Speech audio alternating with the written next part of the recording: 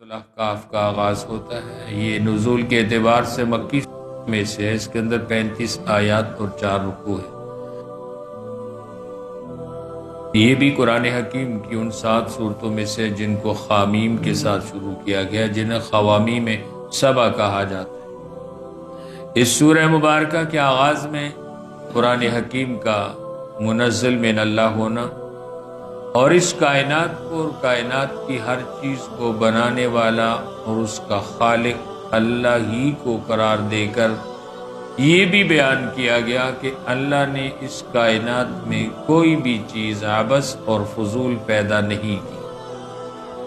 اللہ کی اس عظیم کاریگری کو بیان کر کے اس کو اللہ کی ذات اور اس کی توحید اور وحدانیت پر بطور دلیل کے بیان کر کے کہا گیا کہ اتنی بڑی کائنات کو بنانے والے خالق کو چھوڑ کر اگر تم کسی اور کی بندگی اور پرستش کرتے ہو اور مصائب میں اور مشکلات میں اور حاجات اور تکلیفوں میں کسی اور کو پکارتے ہو تو تمہارے پاس غیر اللہ کی پوجا پاٹ اور پکار کے لیے دلیل کیا ہے؟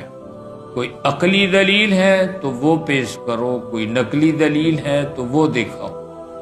فرمایا خامیم، اس کی مراد اللہ ہی جانتے ہیں۔ تنزیل الکتاب من اللہ العزیز الحکیم، اس کتاب قرآن حکیم کا اتارا جانا اللہ کی طرف سے، اور اللہ وہ ذات ہے عزیز الحکیم جو بڑی اور قوتوں والی بڑی زبردست ذات ہے، اور اس کا یہ کلام حکمتوں پر مبنی۔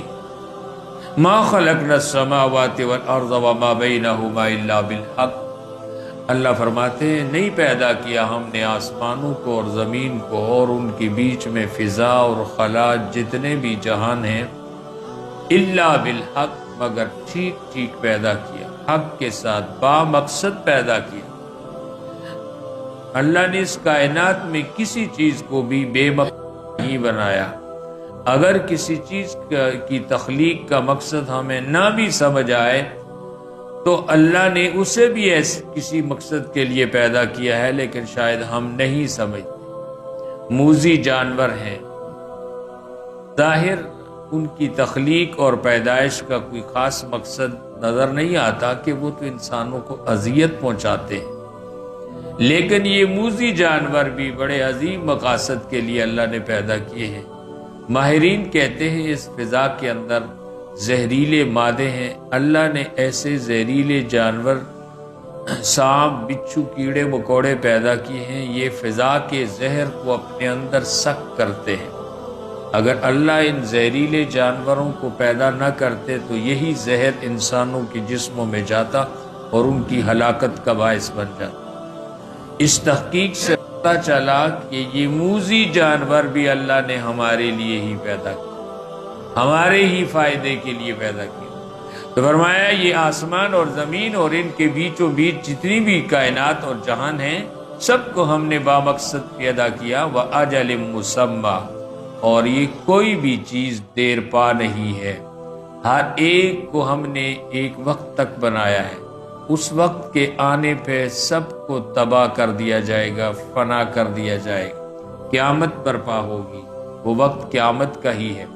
والذین کفروا عما انذروا معرضون، فرمایا یہ کافر لوگ جو نہ خالق کو پہچانتے ہیں اور نہ اپنے مالک کی تمیز رکھتے ہیں اور نہ اس کائنات کا کوئی مقصد سمجھتے ہیں، اور سمجھتے ہیں کہ شاید بس کھانے پینے کے لیے اور اس دنیا کی نعمتوں سے تلذذ کے لیے ہمیں پیدا کیا گیا ہے، بس دنیا میں کھائیں پئیں اور مر جائیں اور کوئی مقصد نہیں ہے۔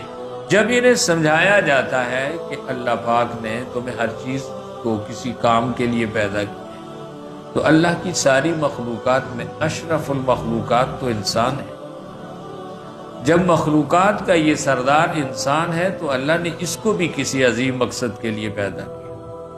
اللہ تعالیٰ نے قرآن حکیم کے اندر انسان کی تخلیق کے 2 بڑے مقاصد بیان کیے۔ وَمَا خَلَقْتُ الْجِنَّ وَالْإِنسَ إِلَّا لِيَعْبُدُونَ، ہم نے جن اور انس کو نہیں پیدا کیا مگر اپنی عبادت کے لیے۔ پہلا مقصد عبادت اور دوسرا مقصد قرآن نے بیان کیا خلافت۔ کہ انسان کو اللہ نے اپنی ساری مخلوقات میں سے اپنا نائب بھی بنایا ہے، اپنی نیابت بھی انسان کو عطا کی ہے۔ تو انسان کی تخلیق کے دو بڑے مقاصد ہیں جو قرآن نے بیان کیے ہیں، عبادت اور خلافت۔ ان دو کاموں کے لیے انسان کو پیدا کیا۔ جو انسان عبادت اور خلافت سے ہٹ کر زندگی گزارتے ہیں، اللہ پاک فرماتے ہیں اولئک کالانعام، یہ تو جانوروں کی طرح ہو گئے، بل ہم اضل، بلکہ جانوروں سے بھی بدتر ہیں، اس لیے کہ کوئی بھی جانور بنانے والے کے مقصد تخلیق سے ہٹتا نہیں۔ اللہ نے گدھوں کو، گھوڑوں کو، خچروں کو جس کام کے لیے پیدا کیا وہ کر رہے ہیں، گائے، بیل، بھینس، بکری اپنا اپنا کام کر رہے ہیں، پرند، حشرات الارض، کیڑے مکوڑے اپنے اپنے کام میں لگے ہوئے ہیں، ایک حضرت انسان ہی ہے جب یہ اپنا کام بھول جاتا ہے تو یقیناً یہ جانوروں سے بھی بدتر۔ اس لیے فرمایا قل ارأیتم ما تدعون من دون اللہ، اے پیغمبر ان لوگوں سے کہہ دیجئے بھلا دیکھو تو، ما تدعون من دون اللہ، جنہیں تم اللہ سے ورے پکارتے ہو۔ اللہ تمہارا خالق بھی ہے، مالک بھی ہے، تمہارا حاجت روا بھی ہے، مشکل کشا بھی ہے، نفع نقصان کا مالک بھی ہے، تمہاری پکار کو سنتا بھی ہے، ہر ایک کی سنتا ہے، ہر وقت سنتا ہے، ہر جگہ سے سنتا ہے۔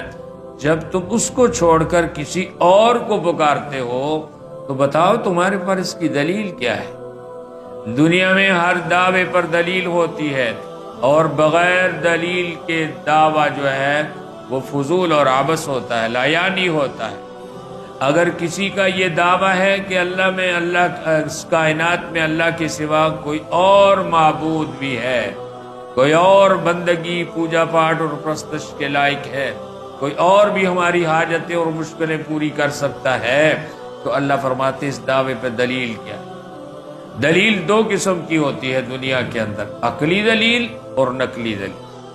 عقلی دلیل وہ ہوتی ہے جو عام فام ہوتی ہے، مشاہدے میں آتی ہے، جو سب کو پتہ چلتا ہے۔ سب سے پہلے اللہ پاک نے فرمایا عقلی دلیل لاؤ۔